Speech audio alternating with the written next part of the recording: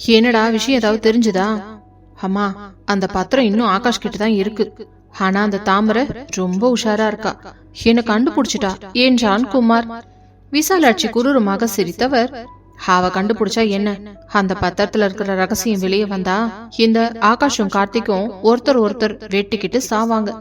அந்த பூகம்பம் வெடிக்கிற வரைக்கும் நான் பொறுமையா காத்திருப்பேன் என்றார் வஞ்சகமான புன்னகையுடனே. மேகமலையை போலவே அந்த புதிய வீட்டிலும் ஒரு இதமான குளிர்ந்த காற்று வீசிக்கொண்டிருந்தது. ஞாயிற்றுக்கிழமை என்பதால் வீட்டில் எல்லோருமே நிதானமாக இருந்தனர். ரம்யா இப்பொழுது நன்றாக தெரிவிட்டாள். அவள் குழந்தையை தூக்கி கொண்டு ஹாலில் மெதுவாக நடைபயிற்சி செய்து கொண்டிருக்க, கார்த்திக் அங்கே அமர்ந்து குழந்தைக்கு பெயரை பட்டியலிட்டுக் கொண்டிருந்தான். ரம்யா, வித்யான்னு வைக்கலாமா இல்ல தாமரன்னு அவ பேரை வைக்கலாமா என்று கார்த்திக் ஆசையாக கேட்க, ரம்யாவோ சிரித்தாள். தாமரன்னு வச்சா இங்க ஒரு தாமரை ஏற்கனவே நம்ம ஆகாஷ ஒரு வழி பண்ணிக்கிட்டு இருக்கா, இன்னொரு தாமரை வந்தா அவ்வளவுதான் என்று கிண்டல் செய்தாள். சமையல் அறையிலிருந்து தாமரை எட்டி பார்த்தவள், அக்கா, என் பேரை வச்சா என்ன? அப்புறம் இந்த பாப்பாவும் என்ன போலவே வீரத்தமிழ்ச்சியா வளர்வாதானே என்று சிரித்தாள். அப்பொழுதுதான் ஆகாஷ் தூக்க கலக்கத்தோடு கலைந்த தலைமுடியுடன் அங்கே வந்தான். நேராக தாமரையின் பின்னால் வந்து நின்று கொண்டு, என்ன காலையிலேயே என்ன பத்தி பேச்சா என்ன? தாமரை, எனக்கு ஒரு ஸ்ட்ராங் காஃபி என்றான். ரம்யா குறும்பாக ஆகாஷை பார்த்து, என்ன ஆகாஷ், கண்ணெல்லாம் சவந்திருக்கு, நைட் ஃபுல்லா தூக்கம் வரலையா என்ன என்று கேட்டாள். கார்த்திக் இடை மறித்து, அவனுக்கு எப்படி தூக்கம் வரும் ரம்யா? பக்கத்துல நான் தான் அப்படி கொரட்டை விட்டுட்டு இருந்தா பாவம், இவன் யாரையோ நினைச்சிட்டு தவிச்சிட்டு இருந்திருப்பான் போல என்று சொல்ல அங்கிருந்த எல்லோரும் சிரிக்க ஆரம்பித்தனர். ஆகாஷ் அசடு வழிந்து கொண்டே, நீங்க வேற அண்ணா சும்மா இருங்க என்று சொல்லிவிட்டு தாமரையை முறைத்தான். இதுக்கெல்லாம் காரணம் நீதாண்டி என்பது போல தாமரை அவனை கண்டு கொள்ளாமல் காஃபியை ஆற்றிக் கொண்டிருந்தாள். அப்பொழுது காஃபியை எடுத்துக்கொண்டு டைனிங் டேபிளுக்கு செல்ல ஆகாஷ் விடாமல் அவளுக்கு பின்னாடியே சென்றான். மற்றவர்கள் குழந்தையுடன் விளையாடுவதில் மும்முரமாக இருக்க, ஆகாஷ் தாமரையின் கையை மேஜைக்கு அடியில் இழுத்து பிடித்துக் கொண்டான். தாமரை, இன்னைக்கு சண்டே, ஆபீஸ் கிடையாது. ஆனா நீ இன்னமும் அந்த ஒரு மாச வருத்தத்துலதான் இருக்கியாடி. இன்னைக்கு ஒரு நாள் மட்டுமாச்சும் எதுவும் சலுகை கிடைக்காதா என்று மிகவும் பாவமாக கேட்டான். தாமரை காஃபியை அவன் முன்னால் வைத்துவிட்டு ரகசியமாக, இன்னைக்கு சண்டே தான், ஆனா எனக்கு இன்னைக்கு ரொம்ப வேலை இருக்கு ஆகாஷ். அக்காவுக்கு இன்னைக்கு தலைக்கு தேய்க்க எண்ணெய் காய்ச்சணும், அப்புறம் பாப்பாவுக்கு ட்ரெஸ் துவச்சு வெயில்ல போடணும். அதனால உங்க சலுகை மனு தள்ளுபடி செய்யப்படுது சிஇஓ சார் என்றதும், தாமரை, இது ரொம்ப அநியாயம்டி. இப்படியே போனா நான் அந்த பழைய விசாலாட்சிய வீட்டுக்கு கூட்டிட்டு வந்துருவேன். அப்பவாச்சும் நீ பயந்து என் ரூமுக்கு வர்றியான்னு பாப்போம் என்று ஆகாஷ் செல்லமாக மிரட்டினான். தாமரை அவனது கன்னத்தை லேசாக கிள்ளி விட்டு, அப்படி மட்டும் பண்ணீங்க, அப்புறம் நீங்க மேகமலையில பார்த்த அந்த தாமரைய எப்பவுமே பார்க்க முடியாது. மதுரையில பார்த்த அந்த தடியெடுத்த தாமரையத்தான் பாப்பீங்க என்று கண்ணடித்து விட்டு சென்றாள்.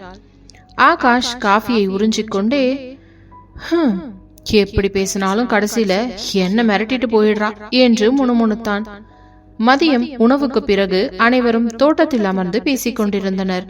தாத்தா ஊச்சலில் அமர்ந்து ரம்யாவின் குழந்தையை பார்த்து கொண்டே, ஆகாஷ், கார்த்திக், உங்க 2 பேருக்கும் இந்த நிமிஷம் ஒரு பெரிய சந்தோஷத்தை கொடுத்திருக்கு. இதை எப்பவும் விட்டுறாதீங்க. குடும்பங்கிறது ஒரு நூல்ல கோத்த முத்துக்கள் மாதிரி என்று தத்துவம் பேசினார். அப்பொழுது ஒரு சுவாரஸ்யமான விஷயம் நடந்தது. பாப்பா திடீரென தாமரையின் புடவையை இறுக பற்றி கொண்டது. தாமரை குழந்தையை தூக்கி கொஞ்சிய போது அந்த பாப்பா அவளது மூக்குத்தியை தொட முயன்றது. ஆகாஷ் இதை பார்த்து கொண்டே அருகில் வந்தான். பாத்தியா தாமரை, பாப்பாவுக்கே உன் மூக்குத்தி மேல ஒரு கண்ணு, அப்புறம் எனக்கு வராம இருக்குமா என்று அவன் சொல்ல, ரம்யா சிரித்து கொண்டே, ஆகாஷ், உனக்கு எப்போ பாப்பா பிறக்க போகுதோ அப்பதான் உன்னோட இந்த லூட்டி எல்லாம் அடங்கும்னு நினைக்கிறேன் என்றாள். தாமரை முகம் சிவக்க குழந்தையை ரம்யாவிடம் கொடுத்துவிட்டு உள்ளே ஓடினாள். ஆகாஷ் அவளை துரத்தி கொண்டு பின்னாலேயே ஓட போக, கார்த்திக் அவனை தடுத்து பிடித்து நிறுத்தியவன், எங்கடா போற? வா, பிசினஸ் பத்தி கொஞ்சம் பேசணும். யார் கிடைச்சா போதும், உன் பொண்டாட்டி பின்னாடியே ஓடிடுவியே என்று அவனை பிடித்து அமர வைத்தான். ஆகாஷ் ஏக்கத்துடன் தாமரை ஓடிய திசையையே பார்த்து கொண்டு, எல்லாரும் சேர்ந்து என் வாழ்க்கையில கபடி விளையாடுறீங்கப்பா என்று அழுத்து கொண்டான்.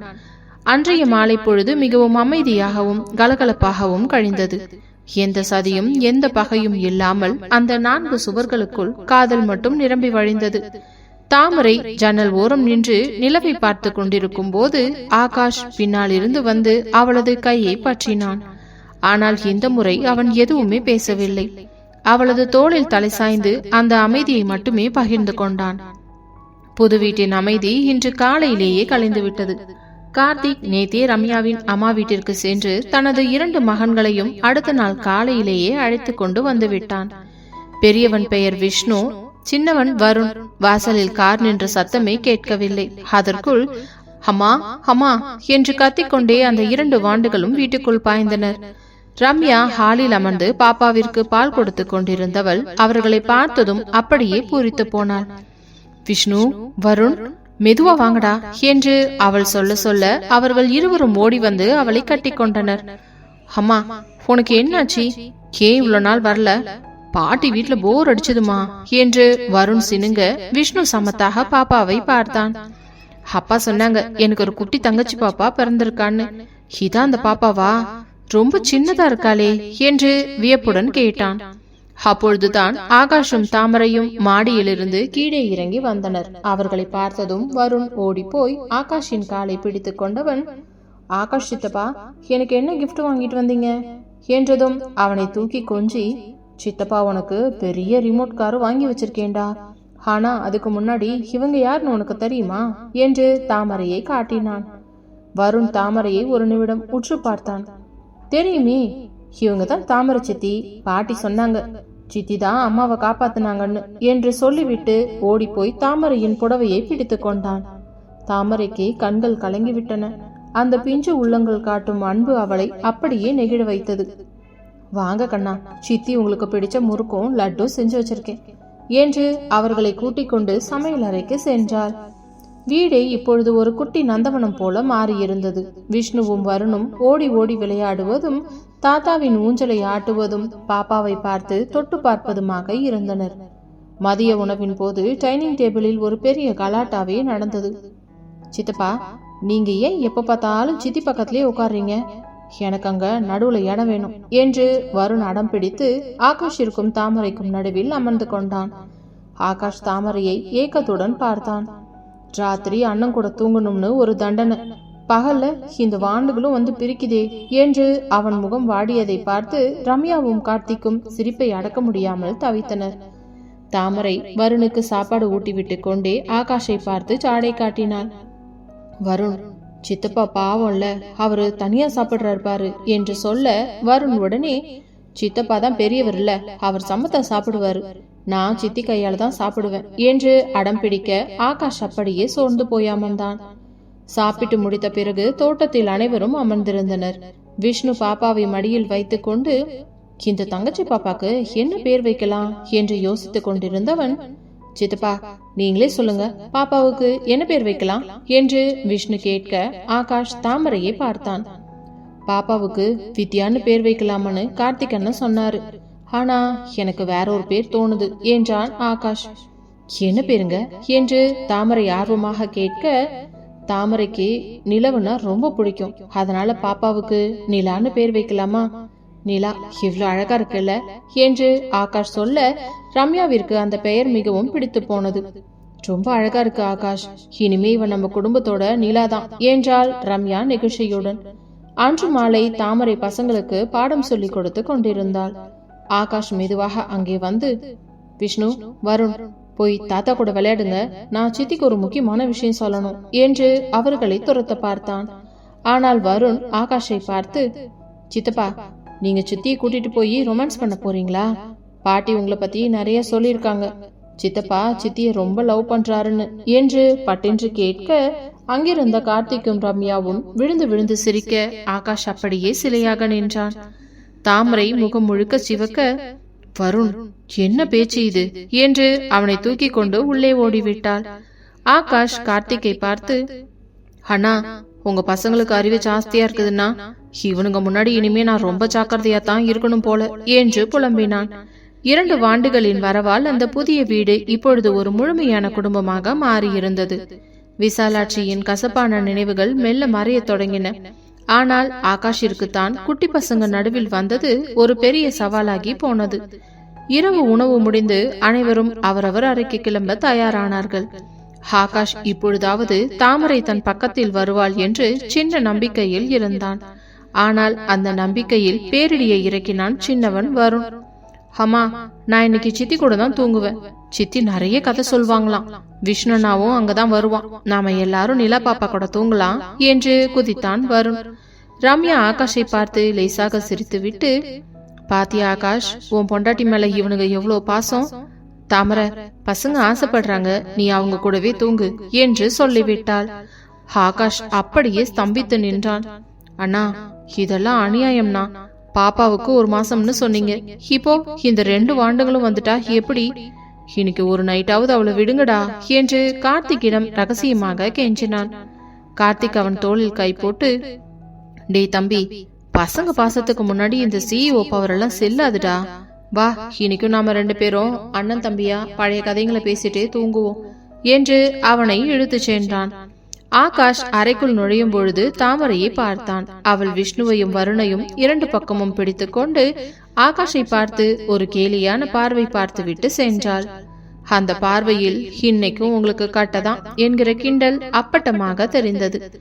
மறுநாள் காலை நிலா பாப்பாவின் பெயர் சுற்றும் விழாவுக்கான ஏற்பாடுகள் பிரம்மாண்டமாக தொடங்கின. வீடே மலர்களாலும் மாவிலை தோரணங்களாலும் அலங்கரிக்கப்பட்டது. விசாலாட்சியின் நிழல் கூட இங்கே இல்லை என்பதால் எல்லோருடைய முகத்திலும் ஒரு தனிப்பொழிவு இருந்தது. தாமரை விடியற் காலையிலேயே எழுந்து ஒரு அழகான காஞ்சிபுரம் பட்டு புடவையில் தேவதையை போல தயாரானாள். அவள் பூக்களை அடக்கிக் கொண்டிருந்த போது ஆகாஷ் பின்னாலிருந்து மெதுவாக வந்து அவளது புடவை தலைப்பை பற்றினான். தாமரை, இன்னைக்கு ஃபங்க்ஷன்ல நீ தாண்டி ஸ்டார். ஆனா என்கிட்ட மட்டும் ஏன் இந்த மாதிரி எட்ட நின்னுகிட்டே இருக்க என்று அவன் குறும்பாக கேட்க, தாமரை அவனை தள்ளிவிட்டு, எங்க யாராவது பாத்துட்டு போறாங்க, கொஞ்சம் எட்ட நில்லுங்க. பசங்க 2 இங்கதான் சுத்திக்கிட்டு இருக்கு, அப்புறம் உங்க மானம்தான் போகும் என்று எச்சரித்தாள். மானமாவது மரியாதையாவது, இன்னைக்கு பாப்பாவுக்கு பேர் வைக்கிறாங்க. அப்படியே நமக்கு எப்போ பாப்பா பிறக்கும்னு அந்த தாத்தா கிட்ட சாடமாடிய கேட்டு ஒரு நல்ல பதிலா வாங்கிட்டு வா என்று அவன் அவள் காதோறும் கிசுகிசுத்தான். தாமரை முதம் சிவக்க, அடப்போங்க, உங்களுக்கு இதே வேலைய போச்சு என்று சொல்லிவிட்டு நகர்ந்தாள். அடுத்ததாக விழா தொடங்கியது. உறவினர்கள் மற்றும் நெருங்கிய நண்பர்கள் வந்திருந்தனர். தாத்தா மேடையில் அமர்ந்து குழந்தைகளை மடியில் வைத்திருந்தார். கார்த்திக்கும் ரம்யாவும் நிலா பாப்பாவை தூக்கி கொண்டு அக்னி குண்டத்தை சுற்றி வந்தனர். ஐயர் சொன்னதும் கார்த்திக் குழந்தையின் காதில் நிலா என்று 3 முறை சொன்னான். அந்த நிமிடம் வீடே கைத்தட்டலால் அதிர்ந்தது. விஷ்ணுவும் வருணும் ஓடி போய் நிலா பாப்பா நிலா பாப்பா என்று கத்தி குதித்தனர். சாப்பாட்டு பந்தியில் ஆகாஷும் தாமரையும் பரிமாறி கொண்டிருந்தனர். ஆகாஷ் ஒரு வரிசையில் பரிமாற தாமரை இன்னொரு வரிசையில் பரிமாறி கொண்டிருந்தாள். நடுவில் 1 நிமிடம் கேப் கிடைத்த போது ஆகாஷ் தாமரையின் கைவிரலை தட்டில் வைப்பது போல தொட்டு இழுத்தான். தாமரை, இன்னைக்கு நைட்டாவது பசங்களை ரூம்க்கு அனுப்பிடுவியா பிளீஸ் என்று கெஞ்சினான். பாக்கலாம், நீங்க இன்னைக்கு சமத்தா இருந்தா கன்சிடர் பண்ணுவேன் என்று தாமரை சொன்னாள். விழா முடிந்து மாலை நேரம் அனைவரும் களைப்பில் அமர்ந்திருந்தனர். அப்பொழுது தாத்தா கார்த்திகையும் ஆகாஷையும் அழைத்து, தம்பிகளா, இன்னைக்கு பாப்பாவுக்கு பேர் வச்சாச்சு. ஆனா நம்ம கம்பெனி பிசினஸ நீங்க 2 பேரும் சேர்ந்து எடுக்கிற அந்த முக்கியமான முடிவுக்கான அக்ரிமெண்ட்ல இன்னைக்கு கையெழுத்து போடணும்னு தான் நான் ஆசைப்படுறேன் என்றார். கார்த்திக் ஆகாஷை பார்த்தான். ஆகாஷ் எழுந்து வந்து, நிச்சயமா தாத்தா, கார்த்திக் அண்ணன் கூட சேர்ந்து இந்த பிசினஸ் அடுத்த லெவலுக்கு கொண்டு போறது தான் என் லட்சியம். இனிமே நாம ஒரே குடும்பம், ஒரே கம்பெனி என்றான். இருவரும் தாத்தாவின் முன்னிலையில் கையெழுத்திட்டனர். தாமரையும் ரம்யாவும் ஒருவரையொருவர் பார்த்து மகிழ்ச்சியில் கண்கள் கலங்கினர். பெயர் சுற்றும் விழாவின் கொண்டாட்டங்கள் ஓய்ந்து உறவினர்கள் அனைவரும் சென்ற பிறகு அந்த புதிய மாளிகை ஒரு நிசப்தமான அமைதிக்குள் மூழ்கியிருந்தது. ஆகாஷ் கீழே தாத்தாவிடமும் கார்த்திக் அண்ணனிடமும் பிசினஸ் விஷயங்களை நீண்ட நேரமாக பேசிக் கொண்டிருந்தான். நேரம் நள்ளிரவை தாண்டியிருந்தது. இன்னைக்கும் அந்த வாண்டுங்க தாமரைய விடாதுங்க. இப்ப அங்க போனா சித்தப்பா இங்க வாங்கன்னு கூப்பிட்டு என்ன தூங்க விடாம பண்ணுவானுங்க. அதுக்கப்புறம் அண்ணன் கூட தான் படுக்கணும். இவ்ளோ அழகான பொண்டாட்டி பக்கத்துல இருந்தோம், அவளை தொட கூட முடியாம இப்படி ஒரு வனவாசம் எனக்கு தேவையா என்று மனதுக்குள் சலித்து கொண்டே மாடி ஏறினான் ஆகாஷ். அவனது கால்கள் கனத்தன. தனது அறை வாசலுக்கு வந்தவன் ஒரு பெருமூச்சை விட்டு விட்டு மெல்ல கதவை திறக்க அறைக்குள் காரிருள் சூழ்ந்திருந்தது. ஜன்னல் வழியாக ஊடுருவிய நிலவின் மெல்லிய நீல நிற வெளிச்சம் மட்டுமே தரையில் ஒரு கோடு போல விழுந்திருந்தது. என்னடா இது, அண்ணன் இன்னும் ரூமுக்கு வரலையா என்ன? அதுக்குன்னு நைட் லேம்ப் கூடமா போடாம வச்சிருப்பாங்க? கார்த்திகண்ணா இருக்கீங்களா என்று சத்தமில்லாமல் முணுமுணுத்தபடி உள்ளே நுழைந்து கதவை சாத்தியவன் தன் சட்டை காலரை தளர்த்தி கொண்டே சுவிட்ச் போர்டை நோக்கி தன் கையை நீட்டினான். லைட்டை ஆன் செய்ய போன அந்த நொடி திடீரென இருளுக்கு பின்னால் இருந்து 2 மென்மையான கரங்கள் அவனது இடுப்பை சுற்றி வளைத்தன. மின்னல் தாக்கியது போல ஆகாஷ் ஒரு கணம் திகைத்து நின்று விட்டான். இருட்டு அறைக்குள் தாமரையின் அந்த திடீர் அணைப்பு ஆகாஷின் ஒட்டுமொத்த நரம்புகளையும் சிலிர்க்க வைத்திருந்தது. சட்டென்று சுவிட்சை போட நீட்டிய அவனது கைகள் அப்படியே காற்றில் உறைந்து போயின. பல நாட்களாக அவன் ஏங்கிய அந்த மல்லிகை வாசமும் தாமரையின் மேனியின் அந்த மென்மையான ஸ்பரிசமும் அவனது முதுகில் அழுத்தமாக பதிந்திருக்க ஆகாஷ் அப்படியே சிலையாக நின்றவன் தாமரை என்று அழைக்க அவன் குரலில் ஒரு தவிப்பிருந்தது. அவனது இதயம் இப்பொழுது மிக வேகமாக துடிக்கத் தொடங்கியது. தாமரை பதில் சொல்லாமல் அவனது முதுகில் தன் முகத்தை புதைத்துக் கொண்டு அவனது இடுப்பை சுற்றி இருந்த தன் கைகளை இன்னுமாக இறுக்கிக் கொண்டாள். அவளது மெல்லிய நகங்கள் அவனது சட்டையையும் தாண்டி சருமத்தில் லேசாக அழுந்த அந்த தீண்டலில் ஆகாஷிற்கு தன் கால்கள் தரையை விட்டு துவள்வது போன்ற ஒரு மாயை ஏற்பட்டது. ஆகாஷ் மெதுவாக திரும்பியவன் நிலவின் வெளிச்சம் ஜன்னல் வழியாக ஊடுருவி தாமரையின் முகத்தில் ஒரு அழகான ஓவியத்தை போல படர்ந்திருந்தது. அவளது கண்கள் வெட்கத்தால் பாதி மூடியிருக்க அவளது இதழ்களில் தெரிந்த அந்த மெல்லிய புன்னகை ஆகாஷின் அத்தனை மாத காத்திருப்புக்கும் மருந்தாக அமைந்தது. இந்த 1 மாசமா நீ என்ன படுத்தின பாடு, அதுக்கு இப்போ நீ பதில் சொல்லியே ஆகணும் தாமரை என்று மிக நெருக்கமான குரலில் கேட்டான் ஆகாஷ்.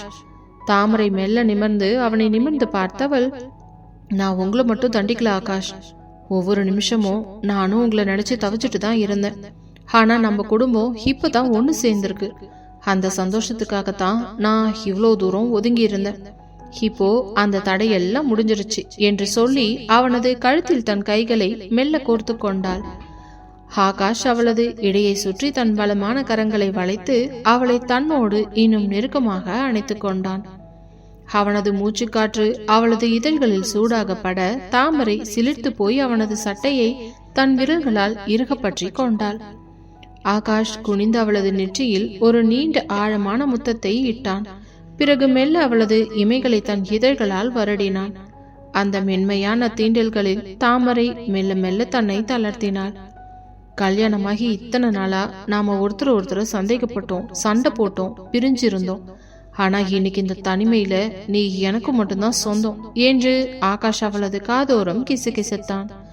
அவனது தாடியின் சிறு முட்கள் அவளது மென்மையான கழுத்தோரம் உரச தாமரை ஒரு மெல்லிய முணுமுணுப்புடன் அவனது தோளில் முகம் புதைத்தாள். ஆகாஷ் அவளை அப்படியே வாரி தூக்கியதும் தாமரை ஆச்சரியத்தில் ஆகாஷ் என்று மெல்ல கத்த அவனது கண்களை பார்த்து ஒரு கள்ளச்சிரிப்பு சிரித்தவன் அவளை மெல்ல படுக்கையின் பக்கத்தில் இருந்த சுவற்றில் சாய்த்தான். ஜன்னல் வழியாக வந்த நிலவின் வெளிச்சம் அந்த அறையில் ஒரு தெய்வீகமான சூழலை உருவாக்கி இருந்தது. ஆகாஷ் அவளது அருகில் அமர்ந்து அவளது கூந்தலிலிருந்து வழிந்த அந்த மல்லிகை சரத்தில் முகத்தை நுழைத்து அதன் வாசனையை ஆழ்ந்து சுவாசித்தவன் அவளது கன்னங்களை மென்மையாக ஏந்தினான். அவனது கண்கள் அவளது விழிகளுக்குள் அழகாக ஊடுருவின. அங்கே எந்த பயமும் இல்லை, எந்த தயக்கமும் இல்லை, ஒரு பேரன்பு மட்டுமே இருந்தது. தாமரை, உன் மேல வச்சிருக்கிறது வெறும் ஆசை மட்டும் இல்லடி, அது ஒரு தவம். அந்த தவத்துக்கு இன்னைக்கு தான் பலன் கிடைச்சிருக்கு என்று சொல்லி அவன் அவளது இதழ்களை மிக மென்மையாக தீண்டினான். அந்த முத்தத்தில் அத்தனை காலத்தின் தாகமும் ஏக்கமும் காதலும் கரைந்து ஓடின. தாமரை அவனது அணைப்பில் அப்படியே கரைந்து போனாள். அவனது ஒவ்வொரு அசைவும் அவளுக்குள் ஒரு புதிய உணர்வை தூண்டியது. ஆகாஷ் அவளது கழுத்து வளைவுகளில் அவளது தோள்களில் தன் காதல் முத்தங்களாக பொழிந்தான். இரவு மெல்ல நகர வெளியே உலகம் அமைதியாக உறங்கிக் கொண்டிருக்க அந்த 4 சுவர்களுக்குள் 2 உயிர்கள் ஒன்றாக சங்கமித்தன.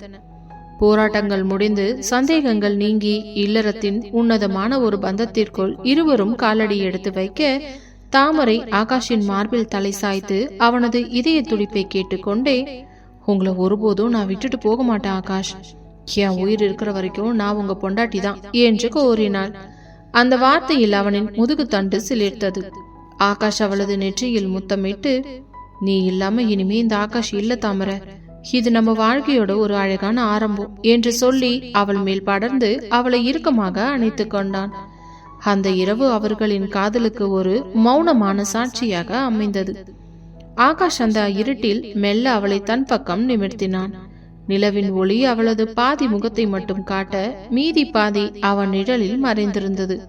தாமரையின் கண்கள் இப்பொழுது அவனது விழிகளை பார்த்தன. அதில் பயம் இல்லை, ஒரு நீண்ட கால காத்திருப்பின் கனிவு இருந்தது.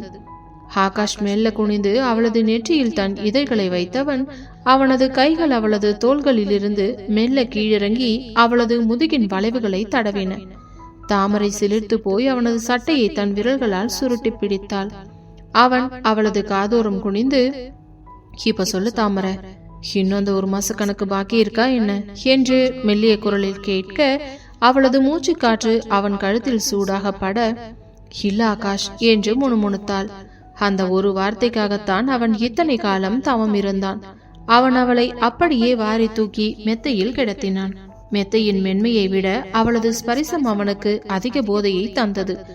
அவன் அவள் அருகில் சாய்ந்து அவளது முகத்தை வருடினான்.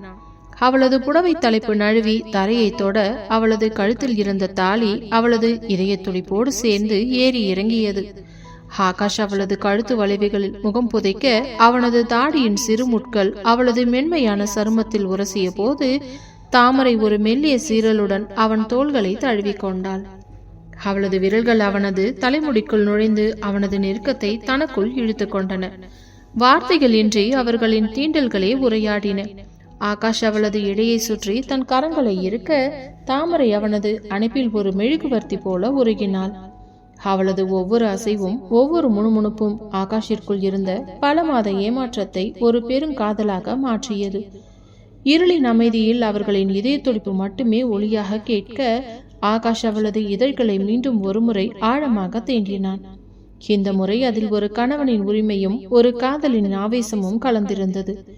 தாமரை அவனை தன்னோடு இன்னும் நெருக்கமாக இழுத்து கொண்டாள். அந்த அறையில் நிலவிய குளிர் அவர்களின் மூச்சுக்காற்றின் வெப்பத்தில் காணாமல் போனது. அந்த அறையின் நிசப்தத்தில் ஆகாஷின் மூச்சுக்காற்று தாமரையின் முகத்தில் அனலாக பட அவனது ஒவ்வொரு தீண்டலும் அவளுக்கு புதிய சிலிர்ப்பை தந்தது. அவனது விரல்கள் அவளது மேனியில் கோலமிட்ட போது தாமரை இயல்பான வெட்கத்தில் தன் கைகளை உயர்த்தி அவனை தடுக்க முயன்றாள்.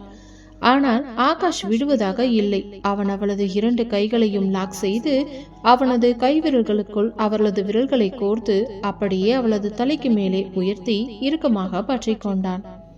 அவளது கைகளை நகர விடாமல் சிறைப்பிடித்தவன் அவளது நெற்றியில் தொடங்கி இமைகளில் கன்னங்களில் என ஒரு இடத்தை கூட விட்டு வைக்காமல் முத்தங்களால் நனைத்தான். அவனது தீண்டலில் ஒரு விதமான ஆவேசமும் அதே சமயம் அளவற்ற காதலும் கலந்திருந்தது. அந்த வேகத்தில் அவளது உடலில் இருந்த ஆடைகள் மெல்ல நழுவி போனதை கூட உணர முடியாத அளவுக்கு தாமரை அந்த இன்ப அதிர்ச்சியில் மூழ்கி போயிருந்தாள்.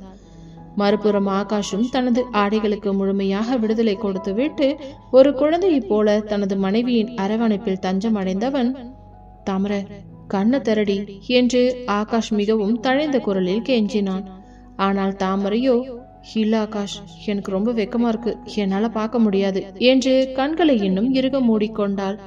ஆகாஷ் அவளது காதோரம் குனிந்து ரகசியமாக, ஏண்டி, நான் உன்னை இப்படி முழுசா பார்க்கும்போது நீ என்னை இப்படி பார்க்க கூடாதுன்னு ஏதாச்சும் விதி இருக்கா என்ன?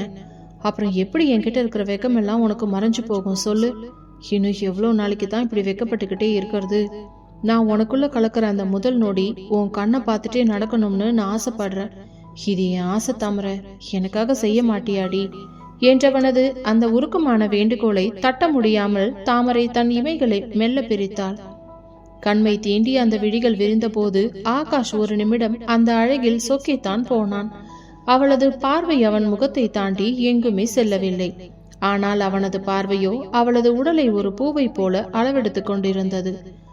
மெதுமெதுவாக அவளது உடலை தனது தீண்டல்களால் மலரச் செய்தவன் அவளுக்குள் நுழைய போகும் அந்த இறுதி தருணத்தில் அவளது கண்களை உற்று பார்த்து ஒரு மௌனமான சம்மதம் வேண்டினான். அந்த நிமிடம் ஆகாஷின் மேலிருந்த காதல் அவளுக்கு இன்னும் பல மடங்கு அதிகரித்தது. இவ்வளவு நெருக்கமான நிலையிலும் என் கணவன் என் அனுமதியை எதிர்பார்க்கிறானே என்று நினைத்த போதே அவளது உள்ளம் பூரித்தது.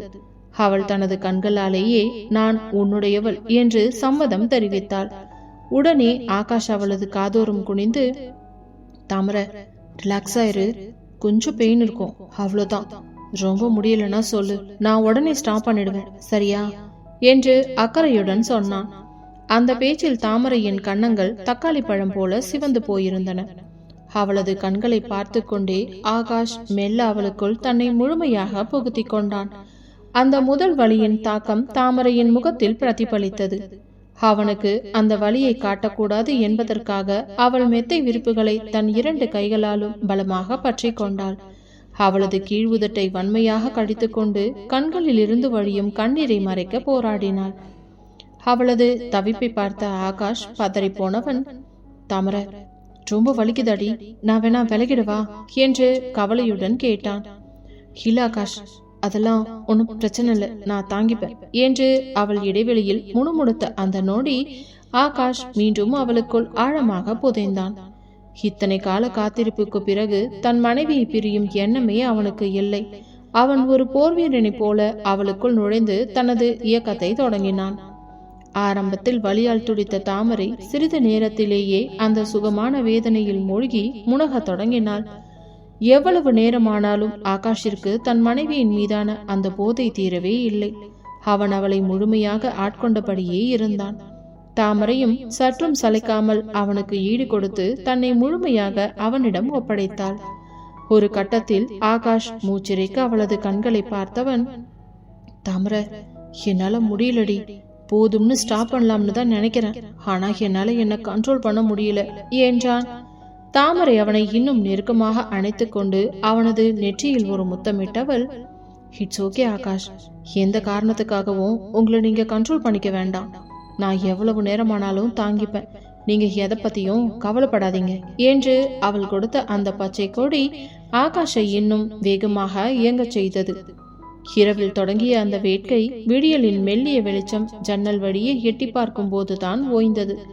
தனது இயக்கத்தை முழுமையாக முடித்த ஆகாஷ் அப்படியே அவள் மேல் சரிந்து அவளது கழுத்து வளைவில் முகப்புதைத்து கொண்டான். இருவரின் உடல்களும் வியர்வையில் நனைந்து போயிருந்தன. மெதுவாக அவளது அருகே சரிந்து படுத்தவன் அவளது நெற்றியில் ஒரு நீண்ட முத்தத்தினை இட்டு, love you Thamarai, love you so much, என்னை நம்பி உன்னை நீ எனக்கு முழுசா தந்ததுக்கு ரொம்ப நன்றி. இனிமே இந்த ஆகாஷோட வாழ்க்கையில தாமரை மட்டும்தான், இது சத்தியம். என் வாழ்க்கையில இது வரைக்கும் வேற எந்த பொண்ணுமே இருந்தது கிடையாது, இனிமேலும் இருக்க மாட்டாங்க என்று நெகிழ்ச்சியுடன் சொன்னான். தாமரை காதலுடன் அவனை பார்த்து அவனது நெற்றியில் முத்தமிட்டு, ஆகாஷ், இவ்வளோ நாள் உங்களை காக்க வச்சதுக்கு என்னை மன்னிச்சிருங்க, உங்களுக்கு தேவையான முழு திருப்திய நான் கொடுத்தனா என்று கேட்டார். ஆகாஷ் அவளை அப்படியே அள்ளி தன் மார்பின் மேல் போட்டு கொண்டவன், சான்ஸே இல்ல தாமரை, நான் எவ்வளோ சந்தோஷமா இருந்தேன்னு வார்த்தையால சொல்ல முடியாது, உனக்கு ஓகேவா, நீ ஹாப்பியா இருந்தியா என்று அவன் ஆசையாக கேட்டான். தாமரை அவனது நெஞ்சில் சாய்ந்து கொண்டு, நான் ரொம்ப ரொம்ப சந்தோஷமா இருந்தேன் ஆகாஷ், என் புருஷனோட ஆசையையும் தேவையையும் அவர் விருப்பப்படியே நிறைவேற்றி கொடுத்தேன்ற திருப்தி எனக்கு முழுசா இருக்கு என்று சொல்லி அவனை இறுக கட்டி கொண்டாள். நீண்ட நேர போராட்டங்களுக்கு பிறகு இருவரும் ஒருவருக்கொருவர் முழுமையாக தொலைந்து போயினர். சந்தேகங்கள், பகைகள், பிரிவுகள் என அனைத்தும் அந்த ஒரு இரவின் காதலில் கரைந்து போயின. தாமரை அவனது மார்பில் தன் முகத்தை புதைத்து கொண்டு அவனது கைவிரல்களுக்குள் தன் விரல்களை கோர்த்து கொண்டாள். இரவு மெல்ல புலரத் தொடங்கியது. ஆனால் அந்த அறையில் ஒரு புதிய வாழ்க்கையின் விடியல் ஏற்கனவே மலர்ந்திருந்தது. ஆகாஷ் அவளது உச்சந்தலையில் முத்தமிட்டு அவளை தன் போர்வையோடு சேர்த்து அணைத்து கொண்டான். இனி இவர்களை பிரிக்க எவராலும் முடியாது என்கிற உறுதியோடு அந்த இரவு முடிந்தது. காலை மணி 7 ஆகியிருந்தது. சூரிய ஒளி ஆகாஷின் முகத்தில் நேரடியாக பட்ட போதுதான் அவன் மெல்ல கண் விழித்தான். அவனது வலது கை இன்னும் தாமரையை தன்னோடு அணைத்திருந்தது. அவன் மெதுவாக தன் தலையை உயர்த்தி பார்த்த போது தாமரை தன் மார்பில் சாய்ந்து நிம்மதியாக உறங்கிக் கொண்டிருப்பதை பார்க்க அவன் இதயம் மீண்டும் ஒருமுறை துள்ளி குதித்தது. அவளது கலைந்த கூந்தல், வெட்கத்தில் இன்னும் சிவந்திருக்கும் கன்னங்கள் மற்றும் அந்த பூரிப்பான முகம், இத்தனை காட்ட போராட்டங்களுக்கு பிறகு கிடைத்த இந்த வெற்றி அவனுக்கு ஒரு ராஜாவாக உணர்த்தியது. தாமரை என்று அவன் மிக மெல்லிய குரலில் அவளது காதோரம் அழைக்க, தாமரை உறக்கத்திலேயே மெல்ல நெளிந்து அவனது அணைப்புக்குள் இன்னும் கொஞ்சம் ஒடுங்கிக் கொண்டாள். ஆகாஷ் விடாமல் அவளது நெற்றியில் ஒரு சின்ன முத்தத்தை கொடுத்தவன் அந்த தீண்டலில் மெல்ல கண் விழித்த தாமரை நேராக ஆகாஷின் கண்களை பார்த்தாள். நேற்று இறந்து நடந்த நினைவுகள் மின்னலாக வந்து போக அவள் சட்டென்று அவனது நெஞ்சில் முகம் புதைத்து கொண்டாள். ஏய், இப்போ எதுக்கு இந்த வெக்கம்? நேத்து தான் என் கண்ணை பார்த்து சம்மதம் கொடுத்த, இப்போ ஏண்டி ஒளிஞ்சுக்கிற என்று ஆகாஷ் கிண்டலாக கேட்டான். ஆகாஷ், விடிஞ்சிருச்சு, ப்ளீஸ் விடுங்க. அக்கா மாமா எல்லாரும் எழுந்திருச்சிருப்பாங்க, நான் இன்னும் குளிக்க கூட இல்லை என்று அவள் பதற்றத்துடன் சொல்லியும் அவளது குரலில் ஒரு சுகமான களைப்பு தெரிந்தது. அவங்க எழுந்திருச்சா நமக்கு என்ன, நாம இன்னைக்கு லேட்டா தான் வருவோம்னு அவங்களுக்கு தெரியும் என்று சொல்லி அவளை இன்னும் இறுக்கமாக கட்டிக்கொண்டான் ஆகாஷ்.